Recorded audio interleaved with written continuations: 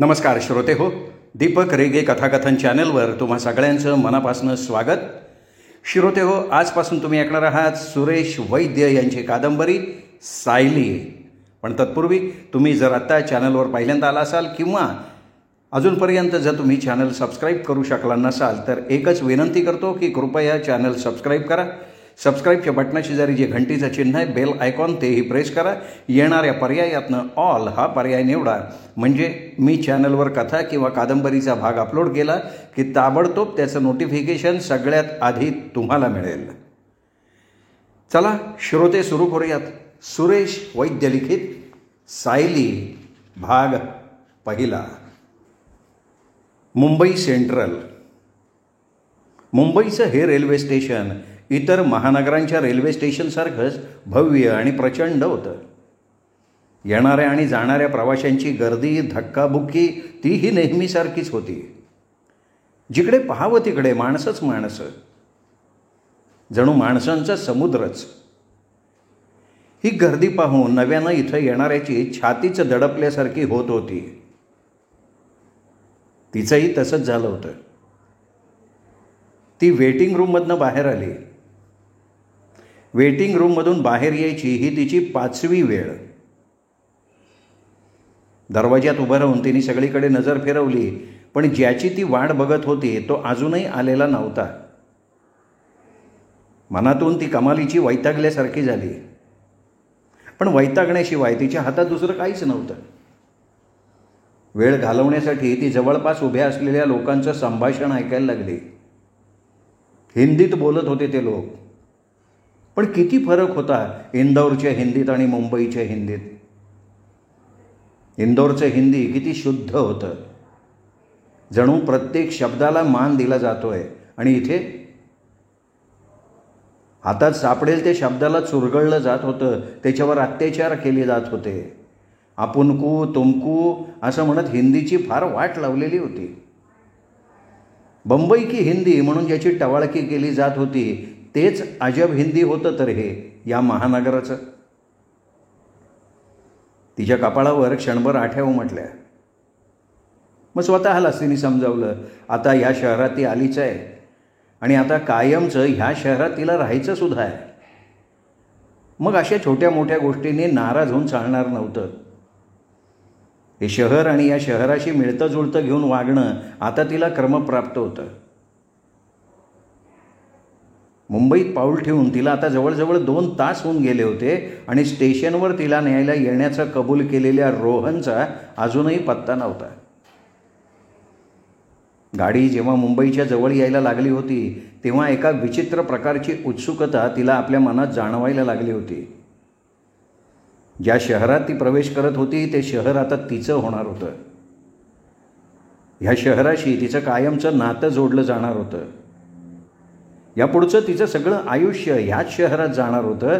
या विचारानं तिचं अवघं शरीर रोमांचित होऊन गेलेलं होतं. आणि त्याहीपेक्षा जास्त रोमांचित ती झाली होती ते लवकरच आपण रोहनच्या सहवासात असणार आहोत ह्या विचारानं. स्वतःचं एकटेपण रोहनच्या सहवासात संपवायला ती आतुर झाली होती. त्याच्या सहवासातली ती सुरक्षितता त्यावेळी तिला प्रकर्षानं जाणवली होती, म्हणून तर प्रथम भेटीतच ती त्याच्याकडे आकर्षित झालेली होती. आणि म्हणूनच आपली ट्रान्सफर मुंबईला झाल्याचं जेव्हा त्यांनी सांगितलं होतं तेव्हा मनातनं ती कमालीची खट्टू झालेली होती. 6 महिन्यांपूर्वी जेव्हा तो इंदौरला आला होता तेव्हा तडकाफडकी कुठलाही निर्णय घेण्याच्या मनस्थितीत ती नव्हती. रोहनची तर त्याचवेळी तिला आपल्याबरोबर मुंबईला घेऊन जायची इच्छा होती, तसा त्यांनी तिला आग्रहसुद्धा केला होता. पण त्यावेळी ती काहीशी दोलायमान अवस्थेत होती. कदाचित अनपेक्षितपणे झालेल्या वडिलांच्या निधनानं तिच्यात ती असुरक्षितपणाची भावना निर्माण झाली होती. त्यामुळे झटकन कुठलाही निर्णय घ्यायची हिंमत होत नव्हती तिला. आणि त्यासाठी तिने रोहनकडनं विचार करण्यासाठी अवधी मागून घेतलेला होता. तिची आई खूप वर्षांपूर्वी ती लहान असतानाच एका किरकोळ आजाराचं निमित्त होऊन वारली होती. तेव्हापासून ती आणि तिचे पप्पा एक दुसऱ्यांना आधार देत जगले होते.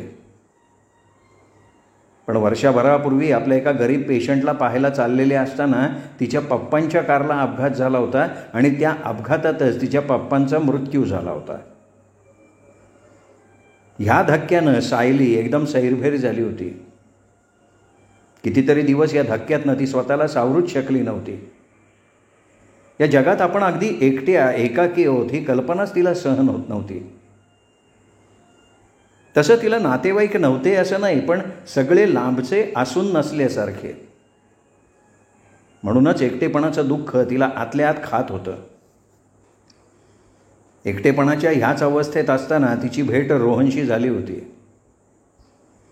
तिच्या पप्पांचे जिवलग मित्र आणि इंदोरचे प्रसिद्ध वकील जोशी साहेब यांचा हा रोहन एकुलता एक मुलगा. नुकताच तो अमेरिकेहून डॉक्टर होऊन परतला होता. 28-30चा रोहन कमालीचा आकर्षक आणि देखणा तरुण होता. त्याच्या वागण्या बोलण्यातला शिष्टाचार आणि त्याचा मनमोकळा स्वभाव सायलीला प्रचंड आवडला. सायलीवर गुदरलेला प्रसंग रोहनला समजला होता. आपल्या डॅडींकडनंच त्याला समजलं होतं की वडिलांच्या आकस्मिक मृत्यूनं सायली अंतर्बाह्य खचली आहे.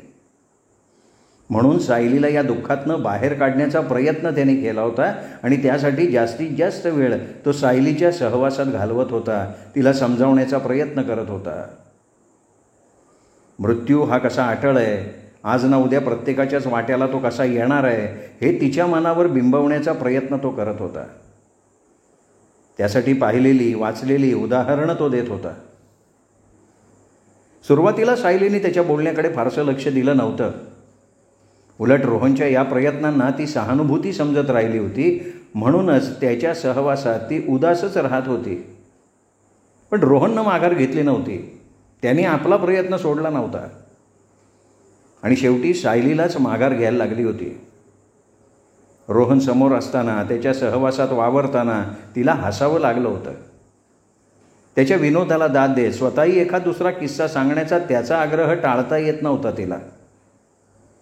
कळत नकळत का होईना हळूहळू सायली नॉर्मल होत होती आणि ह्याचं श्रेय अर्थातच ती रोहनला देत होती. रोहन आणि सायलीच्या या एकत्र येण्याला, त्यांच्या मैत्रीला जोशीसाहेब आणि त्यांच्या पत्नीनंही कसलीही हरकत घेतली नव्हती, कारण सायली त्यांना सून म्हणून आवडलेली होती. रोहननं सायलीशी विवाह करावा अशीच त्यांची मनोमन इच्छा होती आणि सायलीला सुद्धा त्याची कल्पना आली होती. रोहन इंदोरमधल्या एका प्रायव्हेट हॉस्पिटलमध्ये नोकरी करत होता, पण त्यात त्याचं म्हणावं तसं मन रमत नव्हतं, म्हणून तो दुसऱ्या नोकरीच्या शोधात होता. काही महिने असेच गेले आणि एक दिवस त्याच्या प्रयत्नांना यश आलं. मुंबईच्या एका प्रसिद्ध कंपनीत त्याला कन्सल्टंट आणि फिजिशियनची नोकरी मिळाली. कंपनीतर्फे राहायला फ्लॅट आणि वर लठ्ठ पगार. रोहननं क्षणाचाही विलंब न करता ही नोकरी स्वीकारली. पण सायलीला मात्र हे ऐकून धक्काच बसला होता. रोहन इंदोरमध्ये कायमचा स्थायिक होणार असं ती गृहीत धरून चालली होती, पण रोहन नोकरीसाठी मुंबईला जाणार हे समजताच ती एकदम नर्वस झाली. रोहनची त्याच्या आईवडिलांची इच्छा होती की लग्न करून सायलीनं त्याच्याबरोबर जावं, पण सायलीचं मन द्विधा झाल्यामुळे तिने झटकन या प्रस्तावाला होकार दिला नव्हता.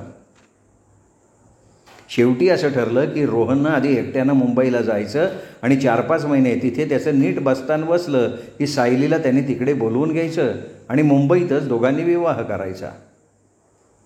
या निर्णयाला त्याच्या आईवडिलांनी मान्यता देऊन टाकली. रोहन मुंबईला गेल्यानंतर सायली पुन्हा एकाकी झाली, पण त्यावेळी मात्र तिने स्वतःला सावरलं होतं. रोहनमुळे जगण्यातला अर्थ तिला कळला होता. म्हणूनच आता पूर्वीसारखं आपल्याच कोशात गुरफटून न राहता तिने काही नवीन मैत्रिणी मिळवल्या होत्या. त्यांच्याबरोबर ती फिरायला जात होती, पिक्चर बघत होती, खरेदी करत होती. आठवड्यातून एखादा दिवस रोहनच्या आईवडिलांबरोबर ती घालवत होती. मुंबईला गेल्यापासून रोहनही तिला नियमित पत्र पाठवत होता. आठवड्यातून किमान एक तरी त्याचं पत्र यायचंच. त्यात मुंबईबद्दल तो अगदी भरभरून लिहायचा. त्याच्या ह्या पत्रातूनच मुंबईची ओळख तिला होत होती. खास करून रोहन जिथे राहत होता त्या जागेशी तर ती चांगली परिचित झालेली होती. मुंबईपासून जवळच ठाणे नावाचं एक उपनगर होतं. ह्या उपनगरापासून जवळ असलेल्या औद्योगिक क्षेत्रात सोहनी कॉर्पोरेशनची फॅक्टरी होती. त्याच कंपनीत रोहन काम करत होता आणि कंपनीच्या हद्दीतच असलेल्या एका इमारतीतल्या फ्लॅटमध्ये तो राहत होता. सायलीनं आपल्या हातातल्या व्हिजिटिंग कार्डकडे नजर टाकली. वेटिंग हॉलच्या दारात उभं राहून सुद्धा तिला आता अर्धा तास होऊन गेला होता. मनातनं रोहनवरती चांगली वैतागली होती. येणं शक्य होणार नव्हतं तर तसं त्याने आधी सांगायला हवं होतं. निदान असं स्टेशनवर थांबण्यापेक्षा ती एखाद्या हॉटेलात तरी उतरली असती. सायलीचं वैतागणं साहजिक होतं, कारण बराच वेळ तिला असं एकाच जागी उभी असलेली बघून आजूबाजूच्या बऱ्याच नजरा तिच्याकडे वळलेल्या होत्या. त्यातल्या काही नजरातली उत्सुकता दुर्लक्ष करता येण्यासारखी असली तरी काही नजरातली उत्सुकता मात्र शिकाऱ्यानं सावजाकडे बघावं तशा प्रकारची होती. म्हणूनच अशा नजरा टाळण्यासाठी सायली वेटिंग हॉलच्या असलेल्या उपाहारगृहात शिरली. आणखीन अर्धा तास गेला. या अर्ध्या तासात तिने 2 कप कॉफी संपवली होती आणि आणखीन एक कॉफी घ्यावी का उठून बाहेर जावं याचा ती विचार करत होती. त्याचवेळी तिची नजर तिच्या समोरच्या टेबलावर बसलेल्या एका तरुणावर पडली. तो तरुण अगदी एकटक नजरेनं तिच्याकडे बघत होता. सायलीने कपाळावर आठ्या घालत काहीशा रागानं त्याच्याकडे बघितलं.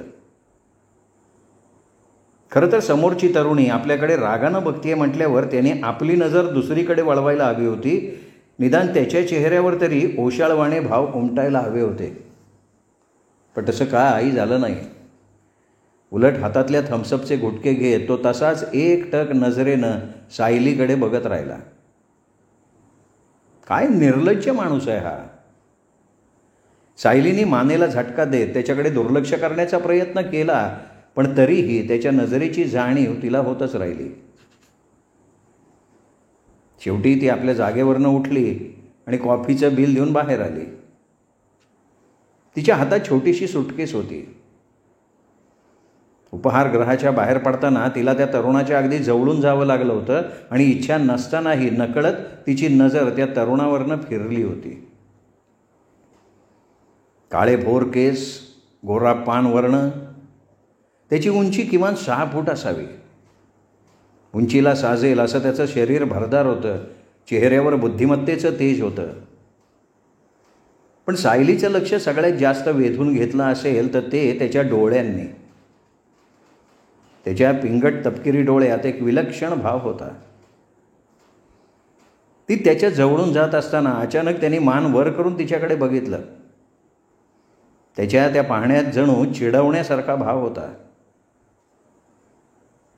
त्याला अगदी जवळून बघताना सायलीला आणखीन एक गोष्ट जाणवली. त्याच्या एकूणच व्यक्तिमत्वात एक प्रकारचा कोरडेपणा, एक प्रकारची क्रूरता जाणवत होती. त्याच्याकडे बघताना सायली मनातनं काहीशी अस्वस्थ झाली होती. उपहारगृहातनं बाहेर येताच त्यांनी त्या तरुणाचे विचार मनातनं झटकून टाकले. एक दीर्घ निश्वास सोडत पुन्हा एकदा सगळ्या प्लॅटफॉर्मवरनं नजर फिरवली, पण रोहनचा अजून कुठेही पत्ता नव्हता. रोहनचा तिला मनातनं भयंकर राग आला होता. आपण पहिल्यांदा या शहरात येतोय याची रोहनला काही कल्पना नव्हती का? या शहराची आपल्याला काहीही माहिती नाही, इथे कुणीही आपल्या ओळखीचं नाही याची रोहनला काही जाणीव नाही आहे का? एवढा हा बेजबाबदार असेल असं वाटलं नव्हतं. ती तिथेच एका बेंचवर बसली. एका बाजूला तिला रोहनचा राग येत होता तर दुसरीकडे मनात नाना शंका येत होत्या. येताना रोहनला रस्त्यात काही अपघात वगैरे तर झाला नसेल ना? सायली ह्या आणि अशाच विचारात एवढी हरखून गेली होती की कोण कधी आपल्या जवळ येऊन उभा राहिला आहे हेही तिला समजलं नव्हतं. तुम्हीच मिस सायली आहात ना? आपलं नाव ऐकून ती एकदम दचकली. या शहरात ती एकदम अनोळखी होती. रोहनशिवाय कोणालाही तिचं नाव माहिती नव्हतं. मग कोण तिला तिचं नाव घेऊन हाका मारत होतं? सायलीने मान वळवून आवाजाच्या दिशेनं बघितलं आणि तिचे डोळेच विस्फारले गेले. समोर तो मागाचाच उपहारगृहातला तरुण उभा होता. सायलीने स्वतःला सावरलं चेहरा कोरा ठेवण्याचा प्रयत्न करत ती सहज स्वरात म्हणाली, तुम्ही मला ओळखता? हो. तो किंचित स्मित करत सहज स्वरात म्हणाला, अच्छा, काय हवंय तुम्हाला? कपाळावर आठ्या घालत सायलीने विचारलं. आपण या शहरात नवीन आहोत याची जाणीव असून सुद्धा ती घाबरली नव्हती. अशा गळे पडू लोकांना कसं हाताळायचं याची तिला पूर्णपणे कल्पना होती. अरे तुम्ही नाराज झालात तर मी तर, तो तसाच हलकेच हसत म्हणाला. त्याची ती हसण्याची पद्धत तिच्या मनात आणखीन चीड निर्माण करत होती. माझ्या नाराजीचं सोडा हो, तुम्हाला काय हवंय ते बोला. कपाळावरच्या आठ्या आणखीन गडद करत ती म्हणाली, नाही मला काही नको आहे, उलट मीच तुमच्यासाठी एक संदेश घेऊन आलो होतो. तुमचे भावी पती का काय झालं आहे रोहनला? ती एकदम घाबरली. हा तरुण काही वाईट बातमी तर घेऊन नाही ना आला? नाही, काही नाही, तो तटस्थ स्वरात म्हणाला. मग का आले नाहीत ते? हां, कारण डॉक्टर एका ऑपरेशनमध्ये बिझी आहेत त्यामुळे. ओ अच्छा. सायलीच्या चेहऱ्यावरचे चिंतेचे भाव निवळले. आणि म्हणून तुम्हाला घेऊन येण्यासाठी त्यांनी मला पाठवलं आहे. तुम्ही? माझं नाव समीर सोहोनी आहे. अच्छा. तिने सुटकेचा निश्वास सोडला. मी तुमच्या भावी पतीच्या बरोबर काम करतो. तो गंभीर चेहऱ्यानं बोलत होता. का कोण जाणे, पण सायलीला वाटलं त्याच्या बोलण्यात एक प्रकारचा कडवटपणा आहे. त्याच्या चेहऱ्यावरही काहीसे तसेच भाव उमटले होते. एखादं कडवट औषध जबरदस्तीनं प्यावं ना तसं. तुमचं सामान एवढंच आहे? बाजूला असलेल्या तिच्या सुटकेसकडे बघत तिने विचारलं. हो. ठीक आहे, चला, असं म्हणत तिची सुटकेस उचलून तो वळला. पण त्याच्या बोलण्यावर विश्वास ठेवायला अजूनही सायलीचं मन तयार होत नव्हतं. काय झालं? भुवया उंचावत त्याने तिच्याकडे बघितलं. तुम्हीच समीर सोहोनी आहात यावर मी कसा काय विश्वास ठेवायचा? याचा अर्थ तुमचा माझ्यावर विश्वास नाही आहे? नाही, तसं नाही. मग? माझ्या म्हणण्याचा अर्थ आहे, मी ह्या शहरात नवीनच आहे, मी तुम्हाला ओळखत नाही, मग मला सावधगिरी बाळगायला हवीच ना. हे बघा, मी तुमच्यावर संशय घेते असं समजू नका, पण तुम्ही सोहनी आहात अशी माझी खात्री तर पटायला हवी ना. आपलं म्हणणं पटवून देण्यासाठी नेहमीप्रमाणे तिचे हात सक्रिय झाले होते. ही तिची जुनी सवय. जेव्हा जेव्हा ती बोलायची किंवा आपलं म्हणणं दुसऱ्याला समजून सांगण्याचा प्रयत्न करायची तेव्हा नकळत ती आपल्या खांद्यांचा वापर करायची. दोन्ही खांदे उडवून बोलायची ही तिची विशिष्ट ढब होती. हां, तुम्हाला काय म्हणायचं आहे ते माझ्या लक्षात आलं आहे. तिच्या खांद्यांकडे बघत तो म्हणाला. सावधगिरी तर बाळगायलाच हवी, पण तरीही मी तुम्हाला खात्री देतो, मीच समीर सोहोनी आहे. या शहरात एक समीर सोहोनी आहे. ती काही न बोलता त्याच्याकडे एकटक नजरेनं पाहत राहिली. हा तरुण खरं बोलत असावा का? म्हणजे या शहरात एकच समीर सोहोनी आहे? भलताच गमेंडखोर दिसतोय हा. तुमच्याकडे काही ओळखपत्र नाही आहे? म्हणजे तुम्हीच समीर आहात असं सांगणारा काही पुरावा, तुमचं ड्रायव्हिंग लायसन्स किंवा? ती बोलत असताना त्याने अगदी सहजपणे आपल्या खिशातनं पर्स काढली आणि त्यातलं ड्रायव्हिंग लायसन्स तिच्या समोर धरलं. सायलीनं फक्त त्याच्यावरनं नजर फिरवली. ते चेक करायची गरज तिला भासली नाही. तो जर कोणी लफंगा असता तर एवढ्या सहजपणे त्याने आपलं लायसन्स तिला दाखवलंच नसतं हे तिला कळत होतं. थँक्स, ती मान खाली घालत हलक्या आवाजात म्हणाली. मला वाटतं माझ्याबरोबर यायला आता तुमची काही हरकत नसावी. तो काहीशा कुत्सित स्वरात म्हणाला. सायली काही बोलली नाही. चला, असं म्हणत तो तिची सुटकेस उचलून चालायला लागला. स्टेशनच्या बाहेर आल्यावर समीरने तिला एका जागी उभं राहायला सांगितलं आणि तो स्वतः कार पार्किंगकडे वळला. श्रोते हो, हा होता सुरेश वैद्य लिखित सायली या कादंबरीचा पहिला भाग. दुसरा भाग उद्या. तोपर्यंत नमस्कार मित्र हो.